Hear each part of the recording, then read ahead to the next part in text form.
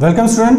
आज इस वीडियो में हम आपका बात करने वाले हैं कुछ multiple choice questions from chapter 1 class 12 के फिजिक्स के chapter 1 electric field and charges chapter से कुछ हम मल्टीपल चॉइस क्वेश्चंस यहां देखने वाले हैं।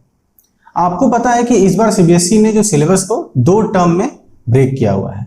फर्स्ट टर्म में मल्टीपल चॉइस क्वेश्चंस है, तो हमारा जो बेसिक क्राइटेरिया यहां पे रहेगा देखने का वो कुछ मल्टीपल चॉइस क्वेश्चंस रहेंगे जिसमें आपके ऑप्शंस हो सकते हैं, कुछ क्वेश्चन में ऑप्शन यहां नहीं भी आपको ऐसा देख सकते हैं, ठीक है। पर ये शॉर्ट टाइप के मल्टीपल चॉइस क्वेश्चंस रहेंगे। चलिए देखते हैं। सो पहला क्वेश्चन है आपका, electric force acting between two charges also depends upon dash between the medium. तो ये मल्टीपल चॉइस में आपको कुछ ऑप्शंस भी आ सकते हैं, मैं डायरेक्टली आंसर्स पे आता हूं। तो यहां इलेक्ट्रिक फोर्स की बात की जा रही है और दो चार्जेस का किस पे डिपेंड करता है। तो देखिए फोर्स का जो फॉर्मूला है वो है 1/4 pi epsilon naught Q1 Q2 by r square. तो यहां जो दो मेन फैक्टर आपके हैं वो है ये एप्सिलॉन नॉट और ये आर।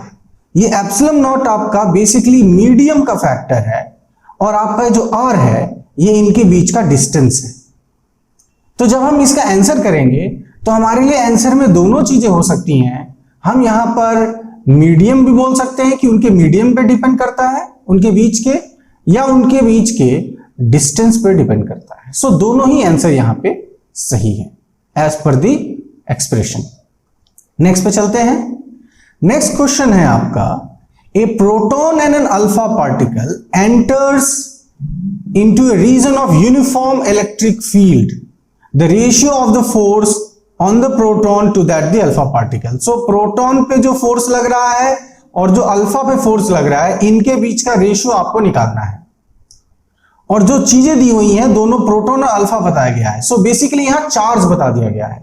प्रोटॉन को आप कैसे लिखते हो? प्रोटॉन लिखा था आपका ऐसे 1 1, चार्ज 1 मास 1 यूनिट है ना, 1 unit of charge 1 unit of mass. Alpha हो जाएगा आपका 4 2 unit of charge 4 unit of mass. और यूनिफॉर्म इलेक्ट्रिक फील्ड है। तो आपको कौन सा फॉर्मूला यूज करना है ये आपके क्वेश्चन नहीं बता दिया कि यहां चार्जेस की बात हो रही है और इलेक्ट्रिक फील्ड दिया हुआ है। तो फोर्स का फॉर्मूला हो गया आपका Q इंटू E। ये हम फॉर्मूला इस्तेमाल करेंगे। नाउ Q इंटू E में आपका ये QP हो जाएगा फॉर प्रोटॉन और नीचे हो जाएगा Q अल्फा E। आपके पास बच गया QP बाई Q अल्फा। अब QP आपका कितना है? 1 यूनिट है और इधर है आपका 2 यूनिट। अल्फा में कितना है? 2 यूनिट है, यहां देखिए। सो हो जाएगा 1/2। सो 1:2 इज योर आंसर, ठीक है। नेक्स्ट पे चलते हैं। If E dot ds integral of E dot ds equal to 0 inside the surface, that means surface के अंदर अगर ये इंटीग्रल 0 हो जाए। आपको पता है कि ये इंटीग्रल आपका एज पर गॉस लॉ होता है Q by epsilon naught, that is flux equal to E dot ds equal to Q by epsilon naught. ये अगर 0 हो जाए that means there is no net charge. So ये expression आपका सही हो जाएगा, या ये आपका ऑप्शन सही होगा। There is no net charge present inside the surface.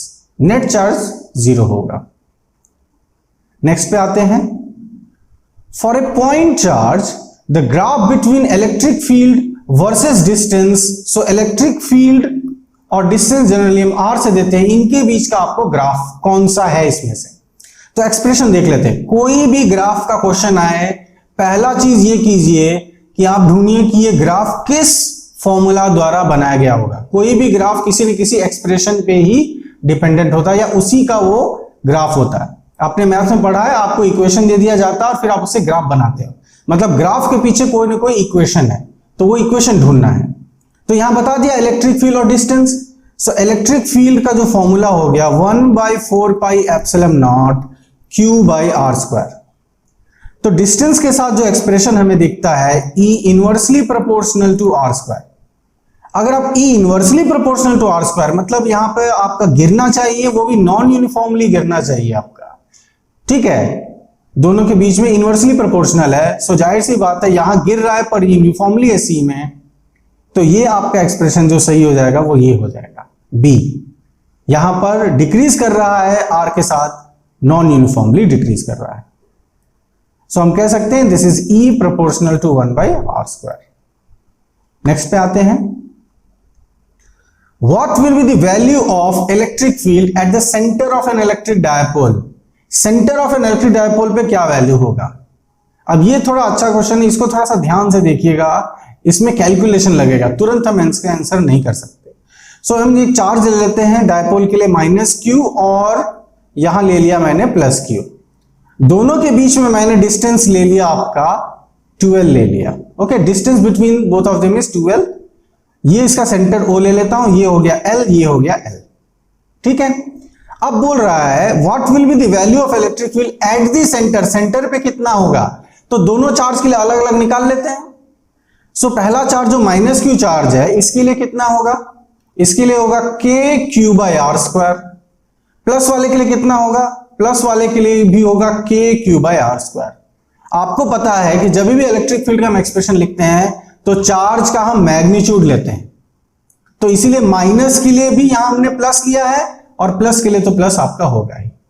सो ये दोनों इक्वल हमें kq/r² मिल जाता है, पर हमें सेंटर पे इन दोनों द्वारा चाहिए।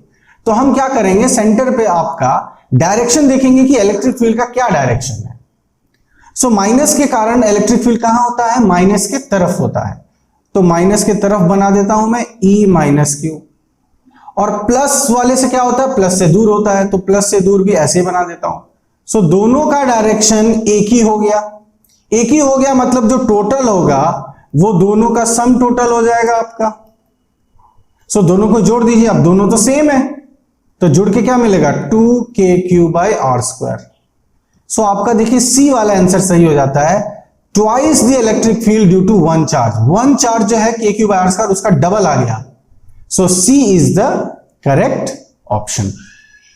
नेक्स्ट पे जाते हैं हम, charge on a body is integral multiple of plus and minus e, it is given by. ये सिंपल सी बात है, q is equal to plus and minus e, जो आपका इंटीग्रल मल्टीपल दे रहा है NE, जो आप कहते हैं q is equal to plus and minus NE।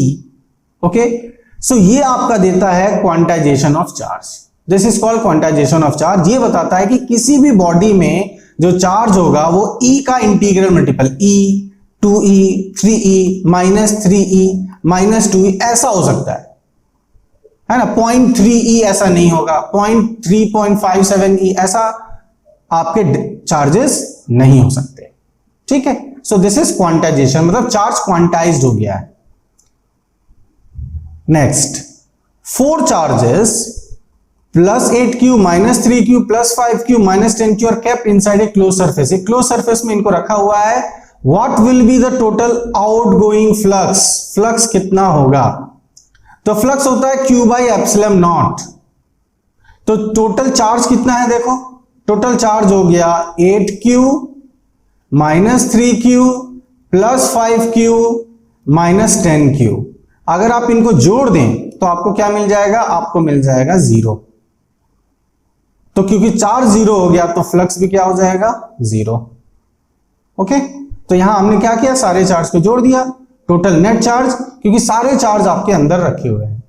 और जो गॉस लॉ भी कहता है कि flux is q/ε0 where this q is charge enclosed. ध्यान दीजिएगा, ये कौन सा चार्ज है, जो सरफेस द्वारा एनक्लोज किया गया है। तो ये सारे चार्ज एनक्लोज्ड हैं, इसलिए हमने सबका जोड़ दिया यहां। आगे बढ़ते हैं, charge +q is kept in a sphere of 5 cm first and then it is kept in a cube of 5 cm. its outgoing flux will be। एक बार स्फेयर में रखा, एक बार क्यूब में रखा, तो फ्लक्स किसमें ज्यादा किसमें कम क्या होगा। देखिए फ्लक्स है q/ε0, वो चार्ज पर डिपेंड करता है। वही चार्ज को आपने रखा हुआ है, ठीक है, स्फेयर में भी रखा हुआ है सेम, और उसी जो रेडियस है इसका 5 सेंटीमीटर और यहां पर साइड है 5 सेंटीमीटर, पर चार्ज दोनों का सेम है। सो आंसर हो जाएगा सेम इन बोथ केसेस। बाकी कुछ और इंफॉर्मेशन चेंज किया नहीं है, तो हम ले लेंगे सीधे सेम इन बोथ केसेस, क्योंकि चार्ज आपका वही चार्ज है। आगे बढ़ते हैं, A charge Q is enclosed by a Gaussian surface of radius r. If the radius is double, then the electric dash will remain same. क्या सेम रहेगा? Similar to what we have just seen कि flux होता है Q by epsilon not.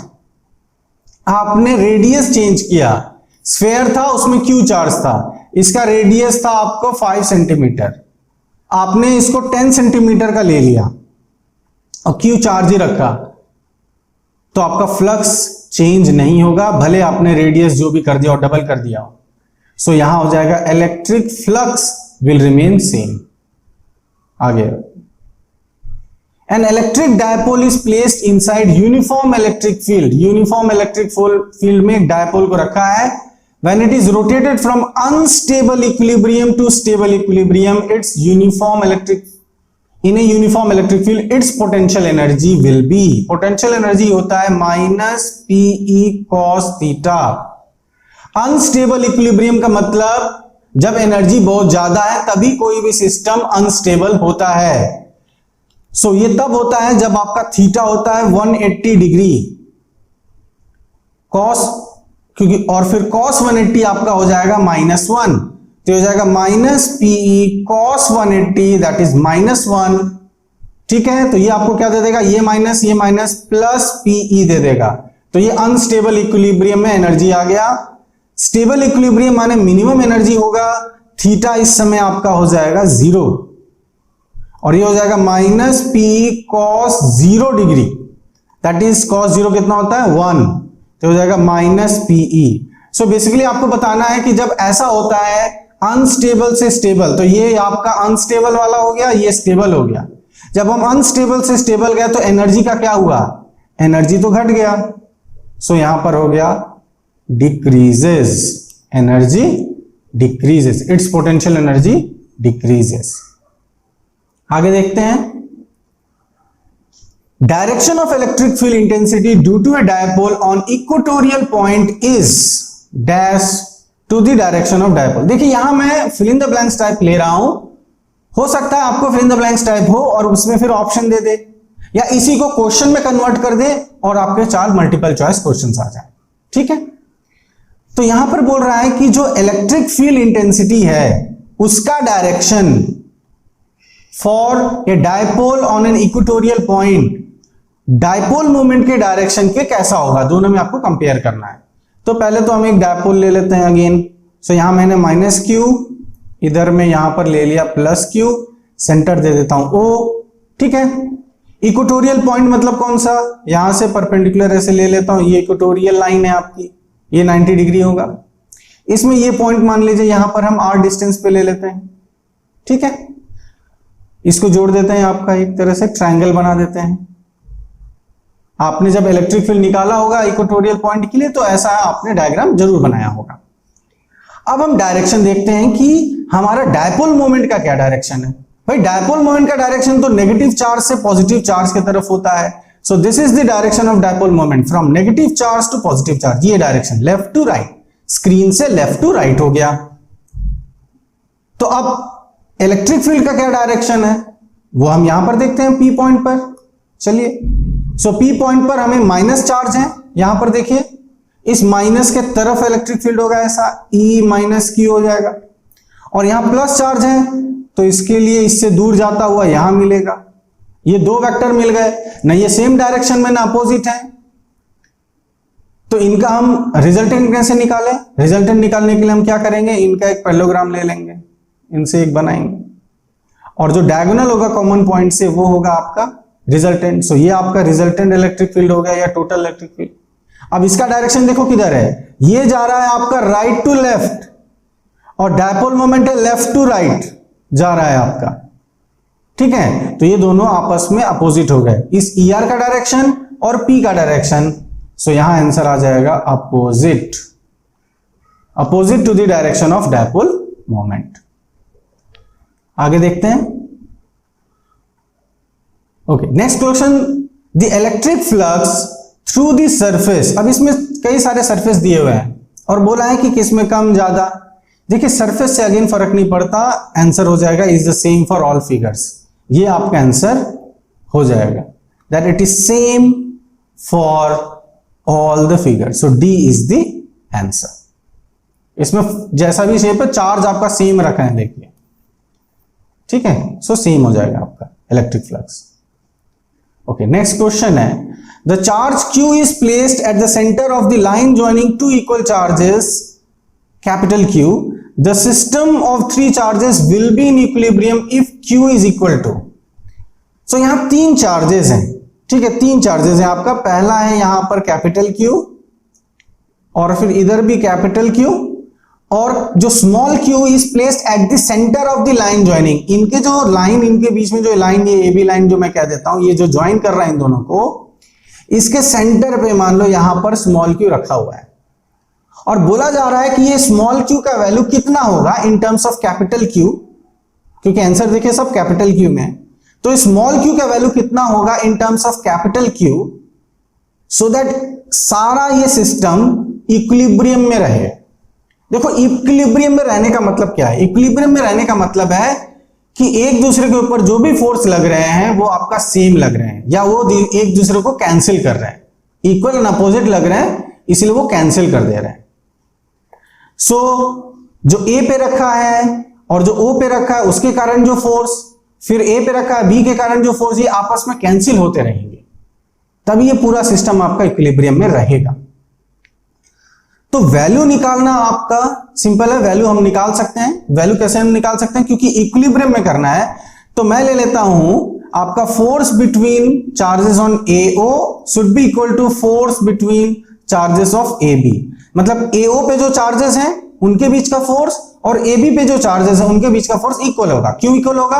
क्योंकि आपको equilibrium में रखना है, ठीक है, सिस्टम इक्विलिब्रियम में चाहिए आपको। तो ये क्या होगा, AO पे कौन है? कैपिटल Q और स्मॉल q है, तो ये हो जाएगा K small q capital Q by, इनके बीच का डिस्टेंस मान लो ये LL, क्योंकि ये सेंटर है तो हम इसको AO को L कह देते हैं, OB को भी L कह देते हैं, तो ये L स्क्वायर हो गया। फिर यहां पर AB, A पे आपका कैपिटल Q है, B पे भी कैपिटल Q है, तो ये हो जाएगा K capital Q into capital Q, मतलब Q स्क्वायर बाई, अब दोनों के बीच का डिस्टेंस कितना हो गया? ये पूरा डिस्टेंस हो गया 2L आपका, तो ये होगा 2L का स्क्वायर। सो ये आपको दे देगा, यहां से K कैंसिल कर देते हैं, एक Q कैंसिल कर देते हैं, तो यहां बचा small q by L square is equal to capital Q by 4L square. L square भी चला गया, स्मॉल q कितना आ गया? कैपिटल Q बाई 4 के बराबर आ गया। देखो, so small q is capital Q by 4, तो यहां तो दो आंसर है, कैपिटल Q बाई 4, A भी हो सकता है B भी हो सकता है, तो हम कौन सा देंगे, कौन सा सही है? तो यहां पर हमें अगेन देखना पड़ेगा डायरेक्शन के हिसाब से कि भाई कहां पे डायरेक्शन कैंसिल हो रहा है। तो चलो मान के चलते हैं कि ये यहां पर पॉजिटिव चार्ज है, पहले से मान लेते हैं कि जो सेंटर पे है वो पॉजिटिव है, वो नेगेटिव नहीं है। तो अगर वो पॉजिटिव है तो A पर क्या होगा, बाकी तीनों आपके पॉजिटिव हो गए। अगर हमने यहां पर सेंटर पे पॉजिटिव ले लिया तो A पर जो हम फोर्स का डायरेक्शन देखेंगे, क्योंकि यहां भी पॉजिटिव, A पर भी पॉजिटिव और O पे भी पॉजिटिव, पॉजिटिव क्या होगा, रिपल्शन होगा, फोर्स ये इधर चला जाएगा जो आपका O पे रखा हुआ है चार्ज, उसके कारण, तो इसको मैं F1 कह देता हूं। और B वाला जो फोर्स है, B पे जो चार्ज रखा है उसके कारण यहां पर Q जो A पे चार्ज है उस पे कितना होगा, अगेन दोनों सेम पॉजिटिव है, तो ये भी इधर ही आ जाए। तो ये देखो, ये कैंसिल नहीं कर रहे हैं एक दूसरे को, ये तो जुड़ गए। जैसे ही आपने इसको पॉजिटिव लिया, ये दोनों फोर्स के डायरेक्शन सेम हो गए, मतलब हमसे ये गलती हो गई, हमको पॉजिटिव नहीं लेना, इसको हम नेगेटिव लेते हैं। जब आप नेगेटिव लेंगे तो क्या होगा, देखो, जैसे आप नेगेटिव लेंगे तब आपका क्या हो जाएगा, जैसे आप नेगेटिव लेंगे तो A पे जो चार्ज रखा है और B जो O पे चार्ज रखा है दोनों अपोजिट है, तो अट्रैक्शन होगा, तो एक फोर्स आपका इधर आ जाएगा O के तरफ, और B वाले के कारण जो A पे फोर्स लगेगा वो रिपल्सिव होगा, क्योंकि A और B दोनों सेम चार्जेस हैं, तो रिपल्सिव मतलब ये बाहर चला गया, ऐसे बाहर की तरफ। तो यहां पे देखो, एक लेफ्ट एक राइट, ये दोनों एक दूसरे को कैंसिल करेंगे तभी इक्विलिब्रियम हो सकता है, मतलब ये माइनस ही होगा आपका। और अगर ये माइनस होगा तो आपका आंसर कौन सा सही हो जाएगा, तब आपका आंसर सही हो जाएगा पहला वाला। Q/4 तो हम पहले से डिसाइड कर ही चुके हैं, बस हमें प्लस और माइनस जानना था, तो ये आपका माइनस होगा, -Q/4 होगा, न कि प्लस। तो आप वैल्यू इस तरह से पता कर सकते हो, पर साइन आपको पता करने के लिए आपको डायरेक्शन ही देखना पड़ेगा जब ये इक्विलिब्रियम वाली बात आती है। ठीक है, नेक्स्ट जो क्वेश्चन है आपका, in non uniform electric field the electric dipole experiences.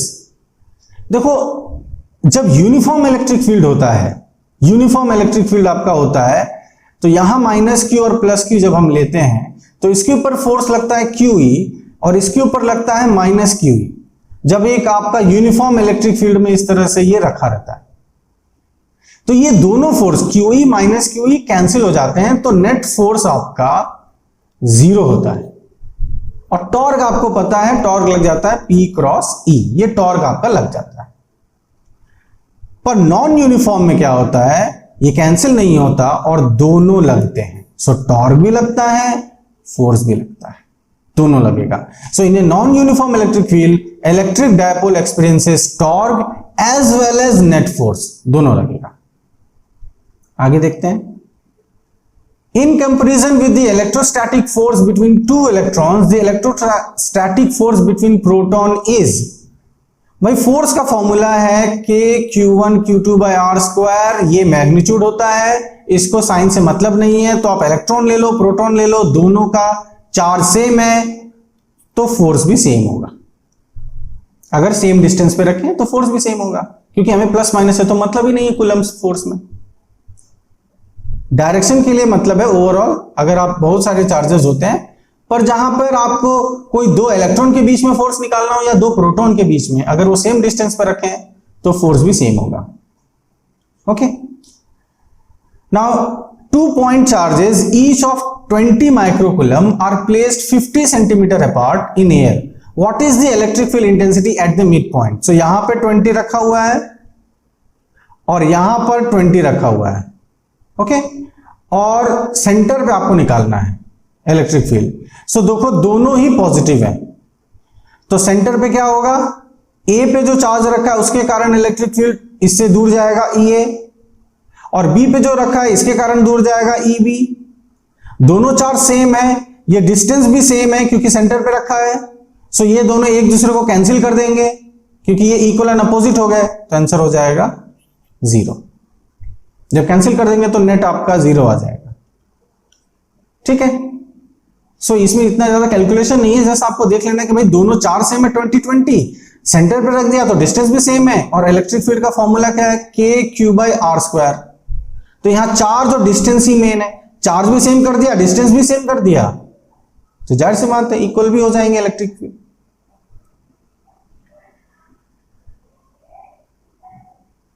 When air is replaced by a dielectric medium of dielectric constant K, the maximum force of attraction between two charges separated by a distance।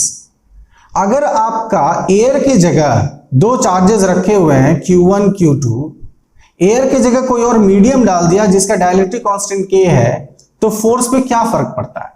देखो air का formula हो गया आपका 1/4 pi epsilon naught Q1 Q2 by r square.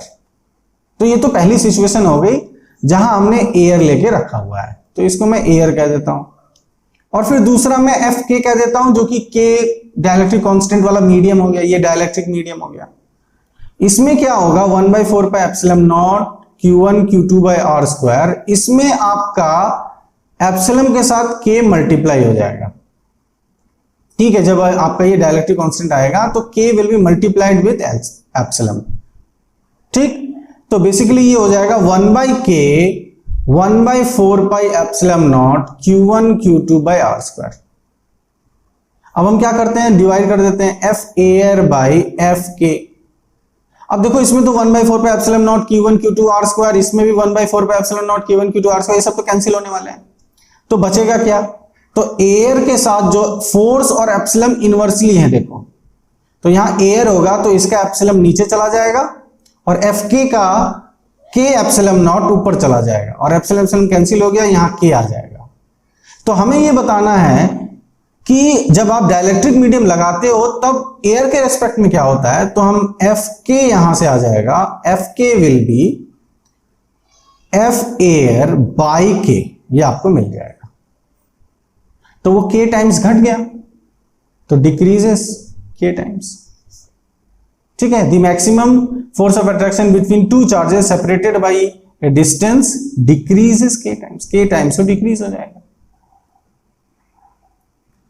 Okay, the next question, A and B are two concentric spheres enclosing 2q and 5q respectively। तो यहां देखो 2q और 5q charges को A और B, ये A स्फेयर ये वाला है पहला वाला या अंदर वाला, और B वाला आपका बाहर वाला है। इन्होंने ये चार्जेस एनक्लोज करके रखा हुआ है। अब आपको इनके फ्लक्स का रेशियो बताना है। देखो फ्लक्स होता है आपको Q by epsilon not. So basically इसमें चार्ज का ही लेना देना है, एप्सिलॉन नॉट तो दोनों के लिए सेम होगा। तो हमें चाहिए A और B के लिए। ध्यान देना जब भी रेशियो ऐसे करो, ऐसे क्वेश्चन करो, तो जो पहले लिखा है उसको न्यूमरेटर में देना और जो बाद में लिखा है उसको बाद में देना।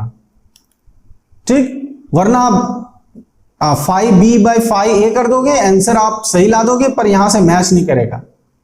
ठीक है, जो आपके मल्टीपल चॉइस, या आप गलत चूज कर लोगे। तो यहां पर कितना चार्ज है A पे आपका चार्ज है अंदर में 2q, और B पे कितना है, B पे 5q आपको दिखता होगा, पर B जो आपका बड़ा स्फेयर है वो 2q को भी तो एनक्लोज करके रखा है।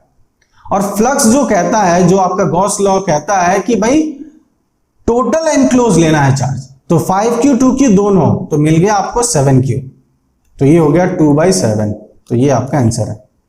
और देखो जहां तुमने 5b बाई 5a कर दिया, 5b बाई 5a कर दिया, आपको आंसर मिल जाता 7/2। आप इसको टिक कर देते, ये गलत हो जाता, क्योंकि क्वेश्चन बोल रहा है पहले A लिखा है फिर B लिखा है। तो जो पहले लिखा है वो आपका न्यूमरेटर में रखो, जो बाद में लिखा है वो डिनोमिनेटर में रखो। ठीक है, ये भी ध्यान रखेंगे। ओके, सो ये क्वेश्चंस हमने देखे आपका जो चैप्टर नंबर 1 से आपका डिफरेंट मल्टीपल चॉइस क्वेश्चंस है। नाउ नेक्स्ट वीडियो में हम आपका देखेंगे जहां हम चैप्टर नंबर 2 जो इलेक्ट्रिक पोटेंशियल एंड कैपेसिटेंस है, वहां से हम कुछ मल्टीपल चॉइस क्वेश्चंस देखेंगे और उनका सॉल्यूशन करने की कोशिश करेंगे। तब तक के लिए थैंक यू वेरी मच।